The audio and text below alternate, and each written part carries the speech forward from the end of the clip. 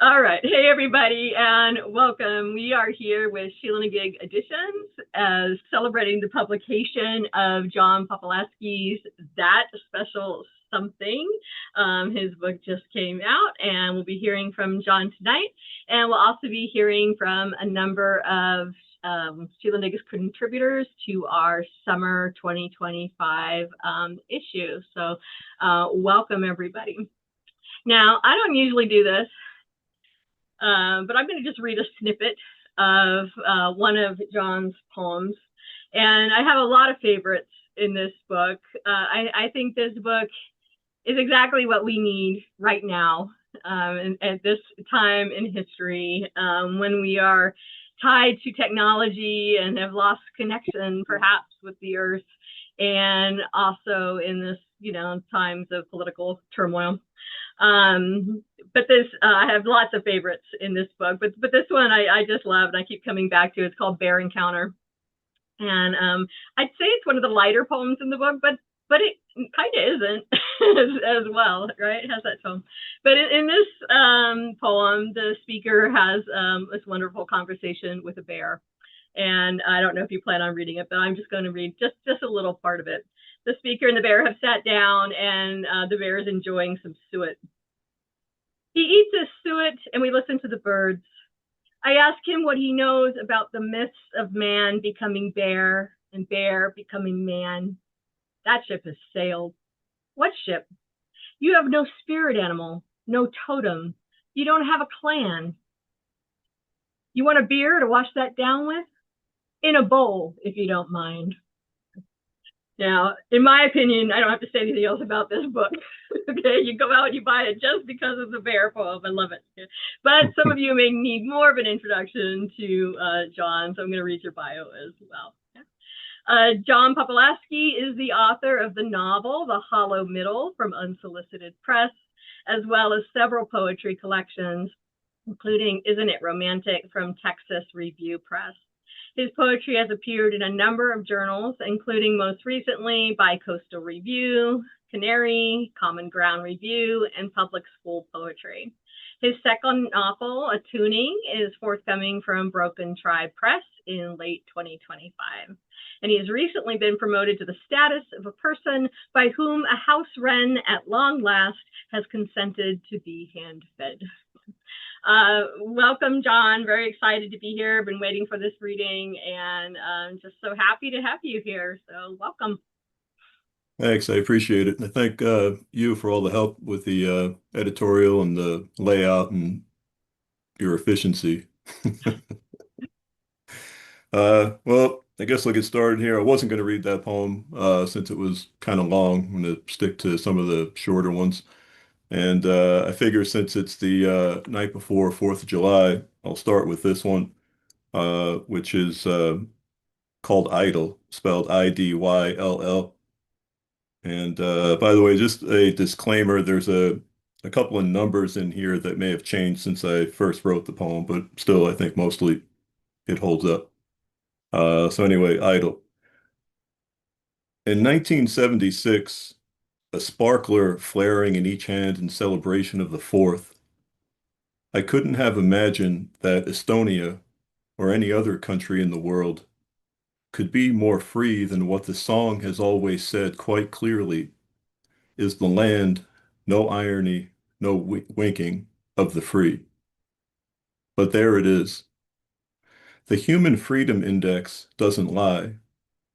I've checked it 50 times, and each time Latvia is still 4 places higher than America, which I was taught was basically a synonym for freedom. We are tied for 17th with Lithuania and the United Kingdom. Countries I had no idea were countries, no offense to Cabo Verde, are as close to us in terms of being free as we are to New Zealand, poised at number 2, this close to Switzerland, the leader of the free world, which I can't help feeling should be our position. Number 1, the perch and title we would have to jump the likes of Luxembourg and Denmark to reclaim. If you had told me all this on the bicentennial, I would have twirled my sparklers in your eyes and found my father by the orb grill, or my grandpa who had ties to World War II, and asked if it could ever be true that a country that has never been the setting of a Western or the home of Abner Doubleday could ever be more free than we are. We'd listen to the sizzle of the flesh whose plight was not on us, and to the independent fireworks on other blocks, in other yards, to ice cubes and the opening and closing of the Coleman, to unbridled laughter and to talk of mostly nothing, to mature forsythia adjusting to the breeze. And we'd know that no other country in the world was waiting as we were for nightfall and the big show to begin. That one was more towards the end, and this one's a little bit more towards the beginning. Uh, Civil disobedience has gotten a bad rap recently, and trying to find the page number here. And I guess one of my favorite practitioners of that art is Julia Butterfly Hill, who is mentioned towards the end of this poem. So if you're not familiar with her, hopefully this gives a little context. So this poem is Civil Disobedience. I've plotted to go out at night and drive spikes into trees to thwart the long bar chainsaws and to make the lumberjack who never felt quite right in goggles lose an eye and wish he'd never taken up this line of work. But my conviction fades when I imagine reading Edward Abbey novels hour after hour in a jail cell that I only leave for meals and to improve for martial purposes my scholarly physique. At times I picture Gandhi walking, and I feel it's okay to believe a violent path is not for me. I think it is much better to become like Julia Hill and climb a redwood, live for 2 years on a bough while lumber company executives confer with lawyers in a paneled room and dance around the moral thing to do.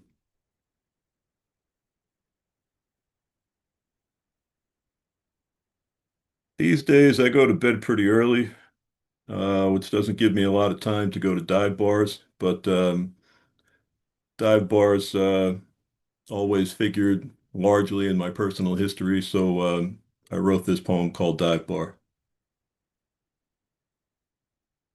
I could blame the damned Sumerians for stumbling on the alchemy of fermentation, but I won't.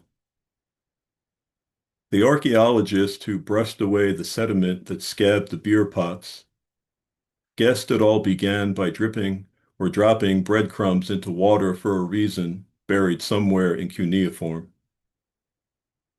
Ninkasi, brewing goddess, sung to, smiled, and the drinking song was born.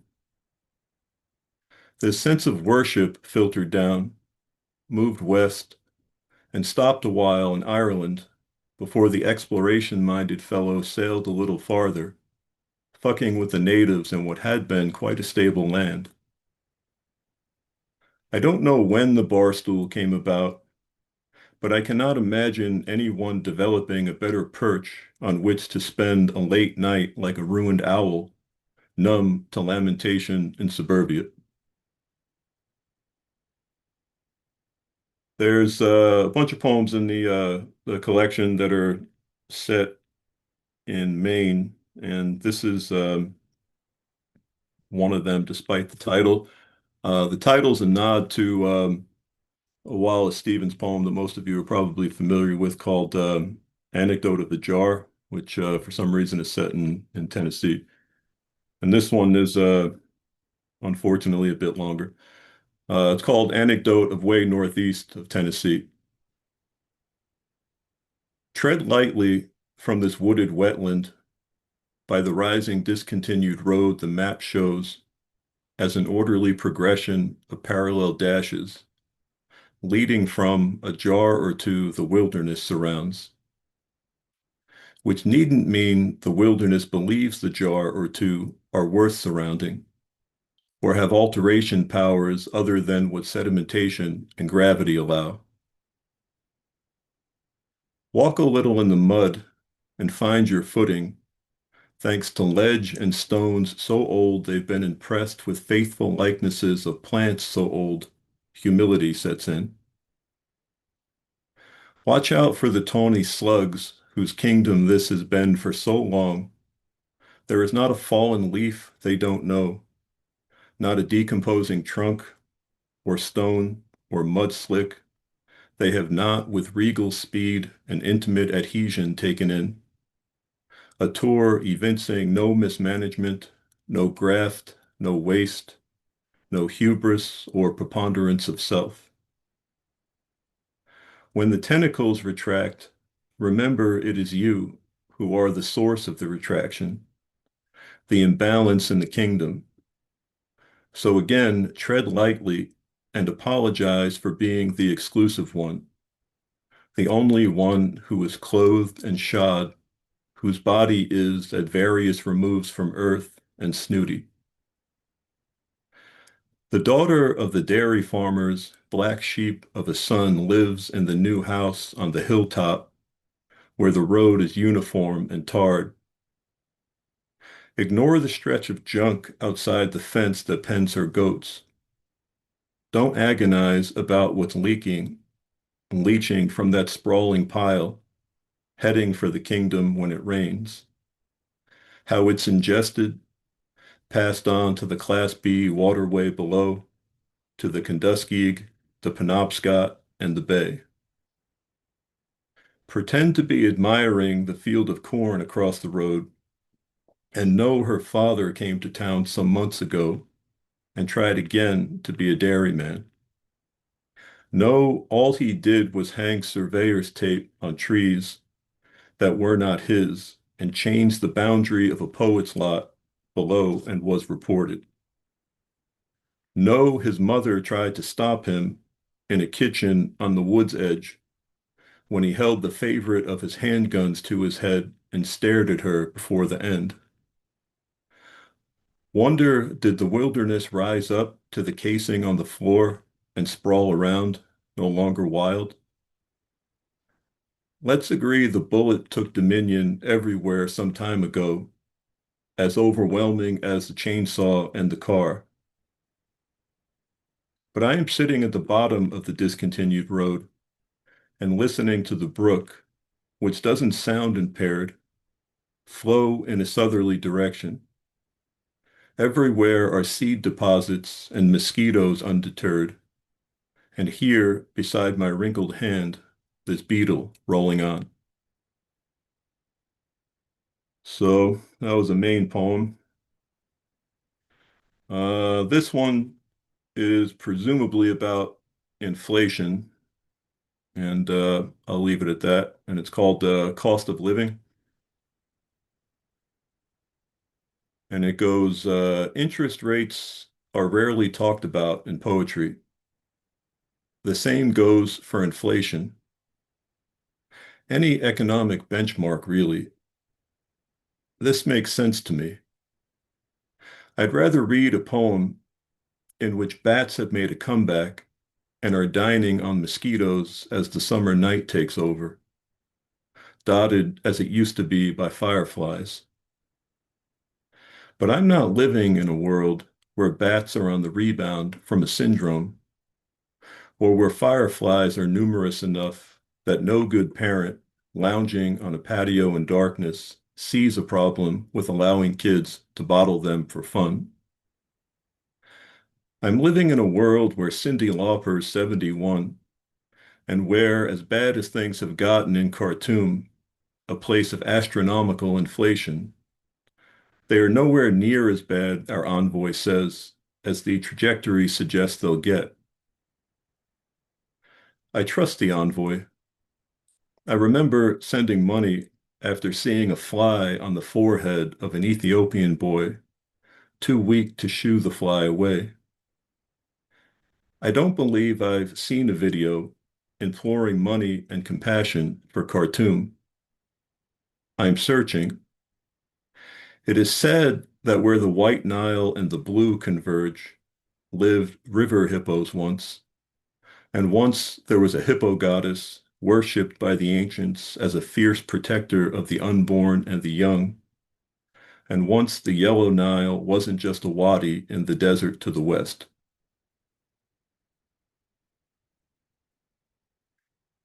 And I think the last one I'm going to do is about this good guy whose mother was prepared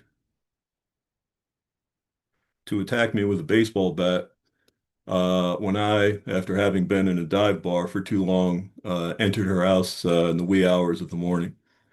And this one is called Petition.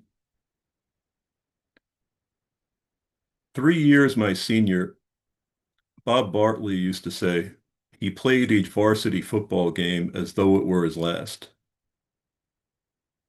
I didn't ask if he'd foreseen a ligament detaching, snapping like a rubber band one Saturday afternoon, or if that statement was his way of mentally preparing for a starker showdown with finality, which probably it wasn't, but he did die young.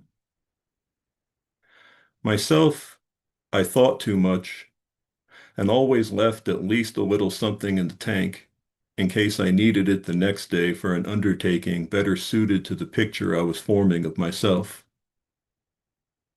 I quit the team in 10th grade, drifting from the fungal locker room, relieved that one less system would be bugging me to merge with something larger than myself, to give my all this year and probably the next before I saw the abnegation and the hard work paying off, returning to me that allotment of my ego that was finally allowed to bask in adulation, which I did and didn't want in measures that this late in middle age I still cannot explain. I can't explain why this late in the game I think of Bob as often as I do. It may just be that I have memorized that scene in Hamlet, in which Hamlet is amazed at how the unsung soldiers who have no shot at the big time do not hesitate to die for nothing more than honor in the hinterland. It may just be that Bob's resemblance to the first Van Halen frontman is enough to trip in me the light fandango of nostalgia. It may be that I can't help remembering how Bob's transmission failed him, so that he could only drive his Monte Carlo in reverse, which for a week or so he did without an accident or being stopped by the police.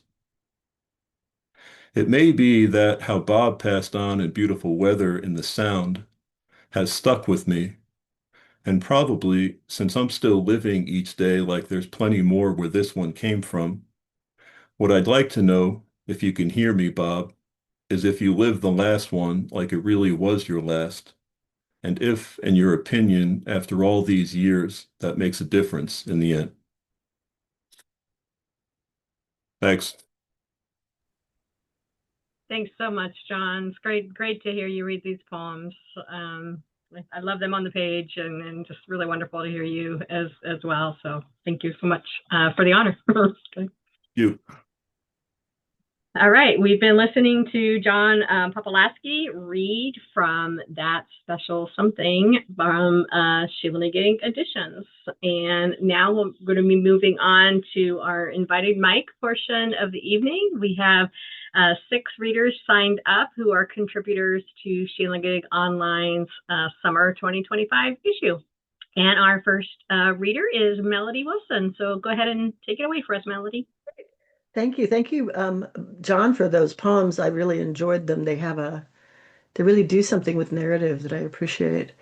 I'm going to read first the poem that's in this edition, and I wanted to say, because they're two pretty short poems. I wanted to say that it's kind of the center of a book, my book that's coming out. It won the Paul Nemser Award from Lilly Poetry Review, and it's going to come out in March. And we don't have a title yet, or I'd tell you. But All Mothers Are Mythologies. It's a bleeding title. All mothers are mythologies, feathery fables with tongues. Some glide on glassy ponds, a cygnet beneath each wing. Others deposit one blue egg on its father's feet and migrate away. Mine was a condor, subsisted on carrion. I didn't know she teetered between brilliant and extinct until she hoisted me to my grandmother's casket, insisted, kiss her goodbye. I couldn't yet measure the distances of death, but tasted the grief gurgling in my mother's unbeautiful throat. Even the shade of a wingspan like that is fleeting. It's best to swallow whole whatever comes from her mouth.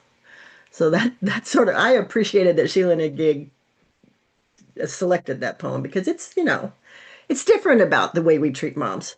The next poem, I have a sister who's in hospice, and we've been dealing with that this year. And every poem I write just goes there. So this is Matriline. My sister pauses long seconds now on the phone, as if she's gone under to gather strength for her next sentence. Yesterday, I let silence spool out between us, two bodies traveling through time, a continent apart. If I call her today, I'll fill that space with stories of orcas, how they whistle and click into the blue, then listen for answers from far away. How this reminds me of us growing up, her the oldest, me the youngest, a pod of sisters in between, sound coursing through everything, making dinner, mopping floors. I'll tell her the only mammals to experience menopause besides us are whales. Maybe it's because we both live long enough to become grandmothers. She and I shared the drive to mother, opened channels for our young, then theirs, and now, watching from the edges, we slow. Oxygen hisses in the background as I nose her in the direction she's going, hoping she dreams of smooth skin in cool water, our bodies pushing each other toward shore. Thank you.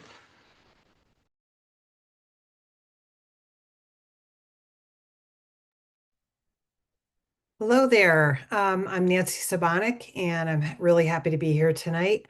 Um, I am from Maine, or I am living in Maine. I'm from Connecticut originally, but I've been here for almost 20 years. My first poem is a tribute to a mountain that we love to hike every year, and the mountain's called Pleasant Mountain in Denmark and Bridgeton, Maine. And this is what's in this issue. Recipe for summiting the Southwest Ridge Trail. Wherever you look, collect trees, then let them collect you. Beech pocked with bark blight, white pines made stout, lifting limbs against wind. Spot glacial erratics scraped from bedrock, shaggy bearded with rock tripe lichen. March feet high from the reach of roots and rocks. Release calf burn and sweat, the feather song of your breath.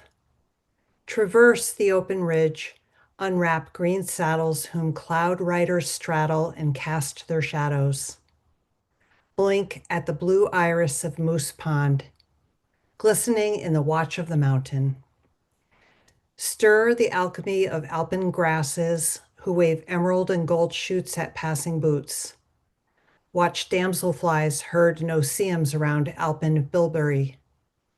If only we could teach them to darn the blue screen above, slashed by the invisible sickle of greenhouse gases.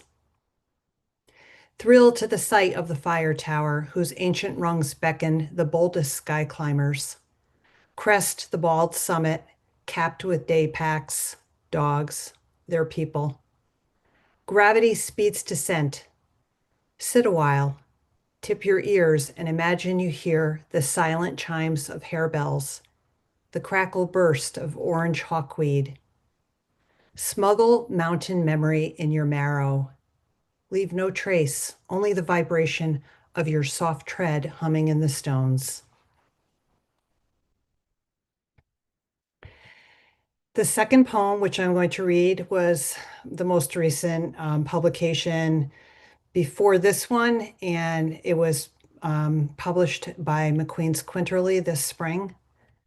Poem in which I shift, after Denise Duhamel, who just wrote a chapbook that Rattle published called In Which, that I dearly love. Poem in which I shift. By this, I mean change my shape at will, a lesson learned early on, for the very young are close to feral. Though a briar is sharp, all prick and tear, beneath burr and nettle, gorse and thorn, a rabbit shifts until no longer there.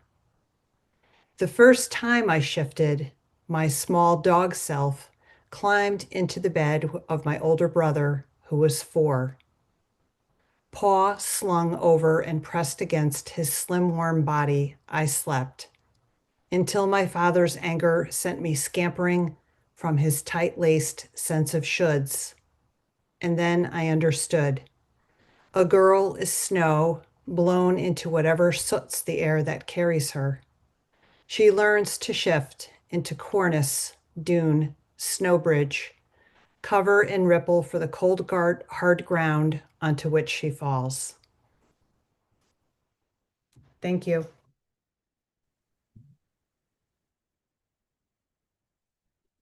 Hi, my name is Claudia Stanek, and this issue is my first publication with Sheila-Na-Gig, and I'm very grateful for this opportunity. I would like to read for you the poem that is in the summer issue first. The title is Irrelevant. The days are long for wisdom, who sits in her stiff chair after breakfast, placed there by her dressers and feeders, her useless hands set in her lap, a call button pinned to her chest.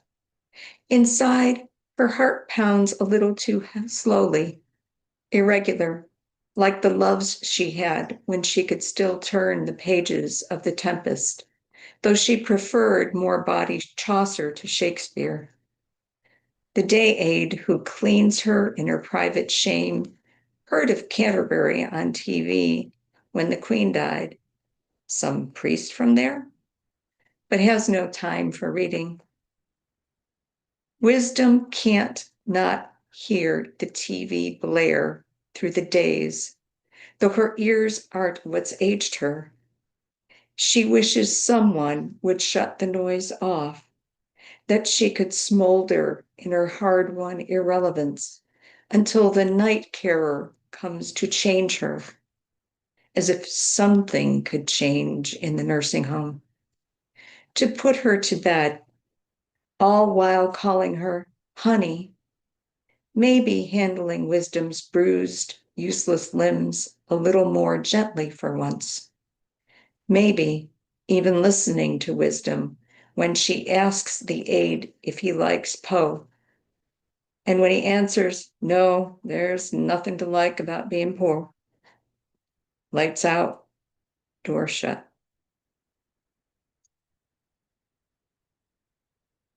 The second poem I'd like to read for you was published a while ago.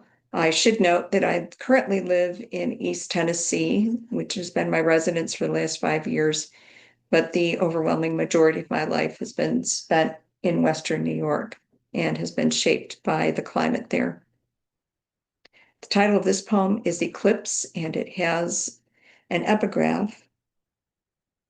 Everything we see hides another thing. We always want to see what is hidden by what we see. René Magritte.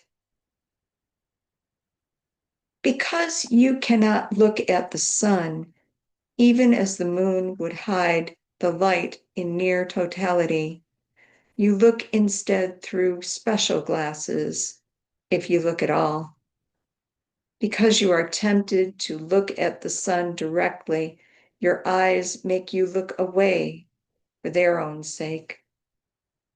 The needs of your future sight outweigh the desire of your mind's eye. Because your curiosity hasn't killed you thus far, you persist in looking for light in darkness. Unlike Job, wishing that light had not entered the day of his birth. Because you hold to the light of one star still in the night, holding on to you in a covenant of love. You wake in the morning, no more the countenance of joy, but alive, brave enough for one more day of love eclipsed by sunken wounds.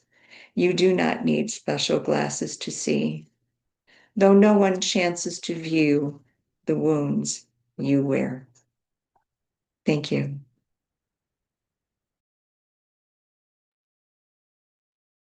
I think I'm next. My name is Jerry Kranak. I am in the mountains of Western North Carolina. And I've been reading a lot of David Kirby and Chris Anderson, two masters of the braided poem. So I've tried a few of those. And the one that's in Sheila-Na-Gig this month is one of them. It's a poem like when years ago I would braid my little daughter's hair divided into 3 strands and braid them together for her. She liked that. Anyway, it's called After My Senior Discount at Great Clips. Nature magazine in his hand, my tender-hearted neighbor Irv calls to me from his porch. 1 million, he shouts. Red-legged frogs in Oregon. All those deer and raccoons right here. Even goddamn alligators down south. He notes my puzzled look. All killed by cars when they just need to get across the road. He continues on about selfish people, always in a hurry, highways constructed for them alone, carving up God's work with concrete. He shakes his head, answers his phone, passes the magazine to me. Just an hour ago, cosmetologist Bev and I had paused our own conversation while she turned on the razor to shave my neck.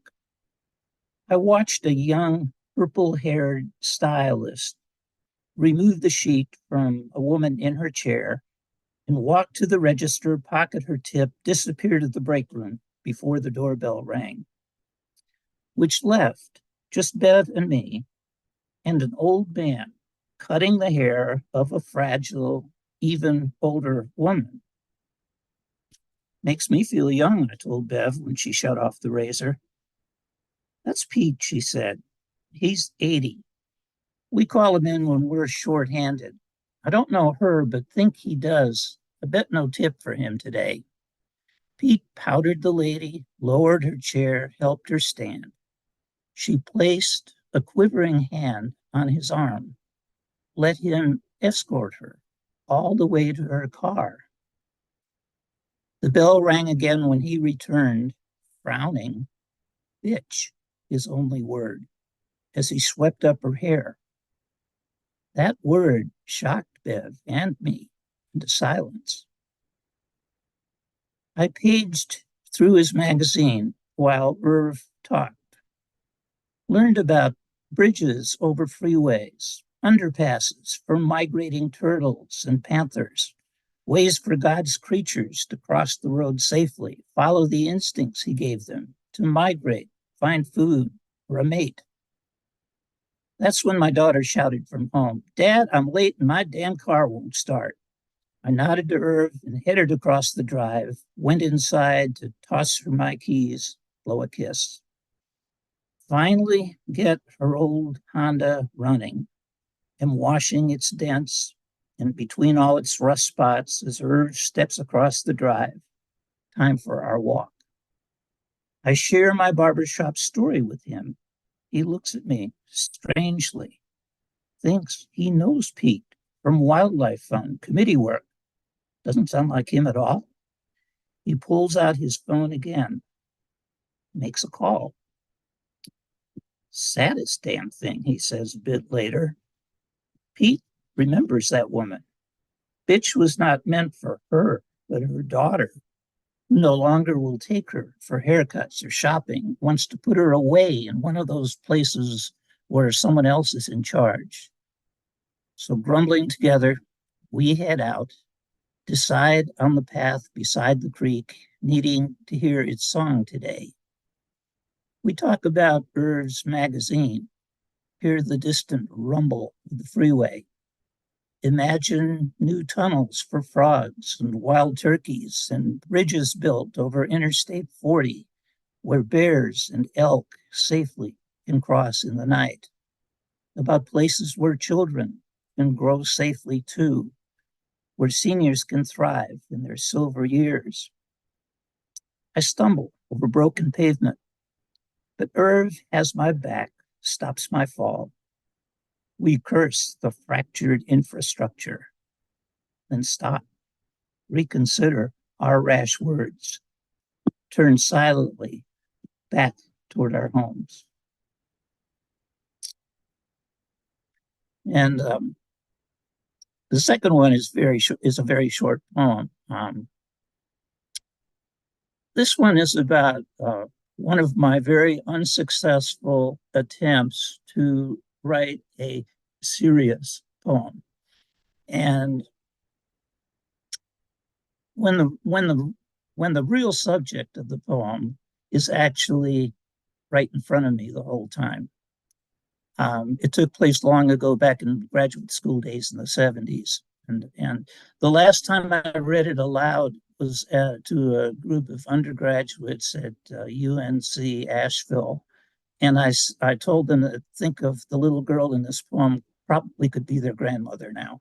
So it's called About Time. This poem is for an annoying neighbor girl who sang and splashed in puddles out in the street while I tried to write a serious poem on the porch of a student rental 1972. I don't remember a word I wrote then, but neon pink and orange, demented joy that echoed off wet Oread Drive, the way a Cookie Monster bandage dangled from one of her knees. I do recall all that. And she'd be in her 60s now. I hope it still is summer for her somewhere. A poet on a porch nearby to please compose some lines for her that I should have written while she splashed and in Lawrence, Kansas, it rained.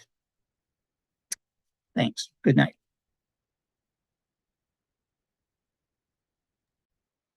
Okay, I think I'm up next. Hi, everyone. This is Paul. Oh, can people hear me?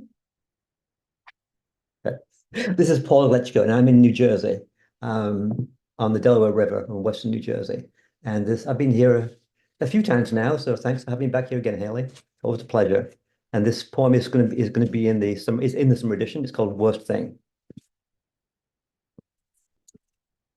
The worst thing that happened to them was to lose a child. Summer faded from view, and leaves fell from the oaks and sycamores, crowding the little churchyard. Rain fell in a steady drizzle for days on end. He remembered the time so long ago when he canoed on the Danube, how the heavy fog concealed the banks, the smell of smoke from farmers who burned their fields in the fall. At times there would be gunfire in the distance, and he wasn't sure if it was celebratory or hostile. In his memory, he saw his own reflection in the stillness of deep water, and the face slowly changed until it became the visage of the child. His wife peered over his shoulder and said, "Look, the moon is full tonight, and there are no clouds." And the moonlight spun molten silver across the surface of the river, and the air became a kind of mesh, connecting light to its reflection. And that was the time they realized that the future might still be survived.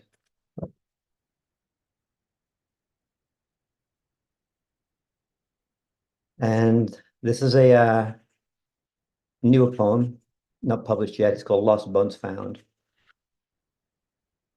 We found bones at the edge of the trail, just where the open grassy field seeped into woodlands. Old woods with beech and tulip trees, chipmunks cavorting in the underbrush, but the bones could have been any small animal. As we looked at each other, feeling a kind of emptying of the spirit, both at the same time, not even really sadness, more curiosity blended with introspection. And if we ever were to go our separate ways, this would be something not to lose. But until then, it reminds us to make careful decisions, to forgive readily, and to take pleasure in each other's presence, feeling the living bone beneath its sheath of skin and muscle, and the whole throbbing life of it. Thanks. All right. Thank you, everybody.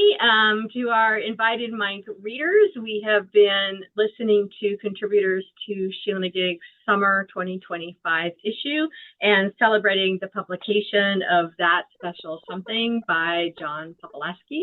And you can find our online issue and books from all of our authors at Sheila-Na-Gig blog.com. Thank you, everybody, for being here.